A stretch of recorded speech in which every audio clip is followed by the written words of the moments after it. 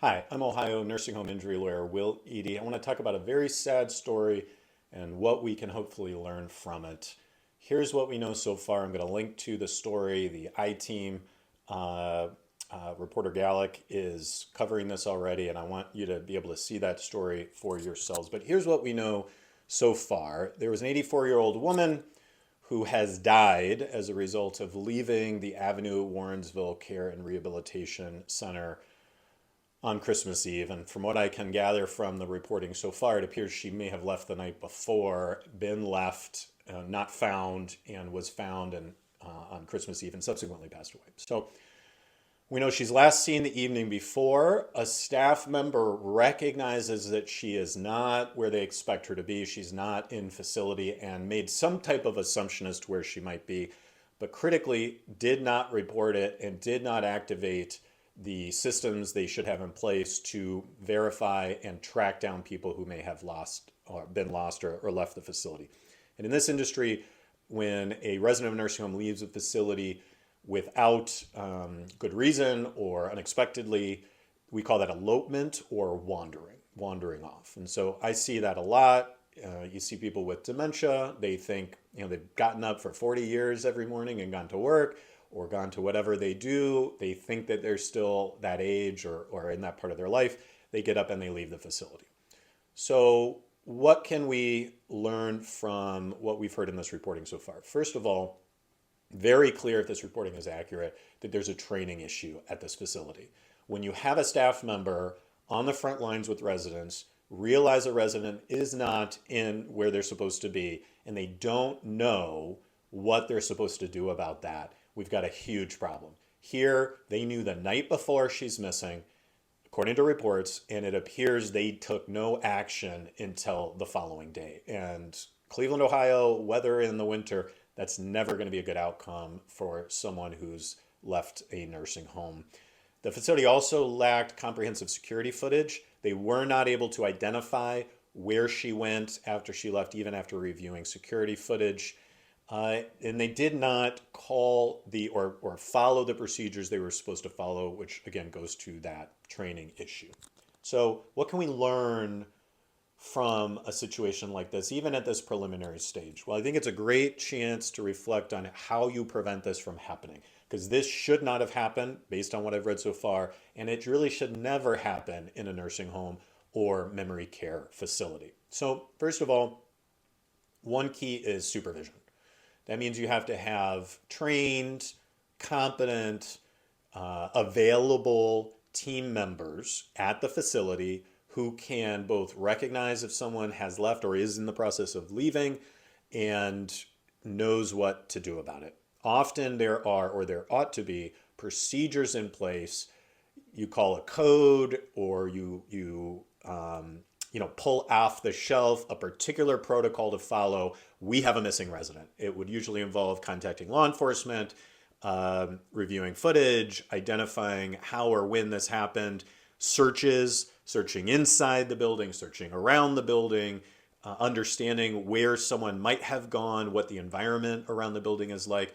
And not only that, but practicing, rehearsing these types of responses so that if and when it happens, you have something, you have an opportunity to help the person before things go wrong. Now, why might a person leave? I mentioned the getting up for work, things like that. The problem is with cognitive limitations, you might not realize walking out into a snowstorm without shoes or a jacket is a problem. You may not realize I'm walking towards traffic, or I'm going to fall down this ravine, or I'm going to fall in this creek and drown.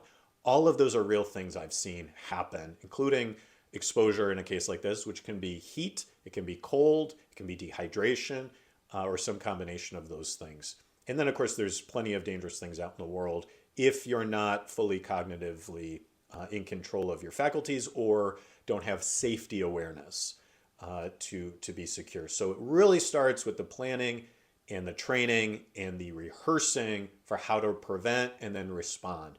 There's also environmental and technology tools available to these facilities. So if you have a resident who's at risk of wandering, or a memory care unit, maybe all or a large number of the residents are at risk of that, you can design layouts such that the door to the outside is not right next to an activity area. So there's multiple doors to get through. So there's staffed areas someone would have to get through before they get to the outside. You can have secured doors, maybe a delay open, a code open.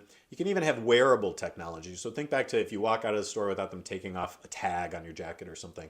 Similar, there's wearable technology that can alert the team if somebody has passed a certain threshold, let's say to the outside, or even better yet, an internal threshold where you get to a public area that has access to the outside that can trigger the type of alarm that it sounds like this undertrained staff member should have triggered based on the reports so far.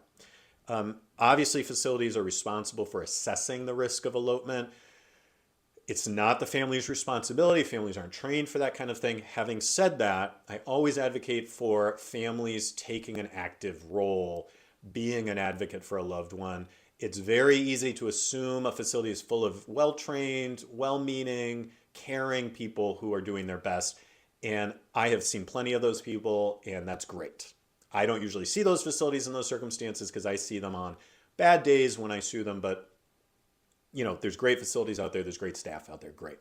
That doesn't mean you don't have a role. If you think that your loved one's at risk for elopement or wandering, take steps to make sure management is aware of that they have assessed for that. Ask to see what the assessments are. Ask to know what the plan is. There are design elements that can be incorporated to disguise exits in a way that make it less likely or less attractive to people who have these kinds of limitations, things like that. And then make sure that there's regular reassessment. So if there is an increase in dementia or decrease in safety awareness, if there is an apparent attempt to wander, you may see your loved one get up and want to leave. Report that. Make sure they know about it. Don't ever assume they're aware of it. And the last thing I'll say on that is, don't assume that whoever you grab in the hall has the training, the bandwidth, the attention, the memory to do all the right things based on you making that one statement. Should they? Absolutely. Will they? Let's just say trust but verify. So make sure director of nursing or assistant director, or better yet, ask for a care conference where there'll be key stakeholders present, and there'll be a record of the notes that are taken, the plan that's taken. It will really cut through the delays between maybe reporting to an aide or a floor nurse and actually making sure something gets done.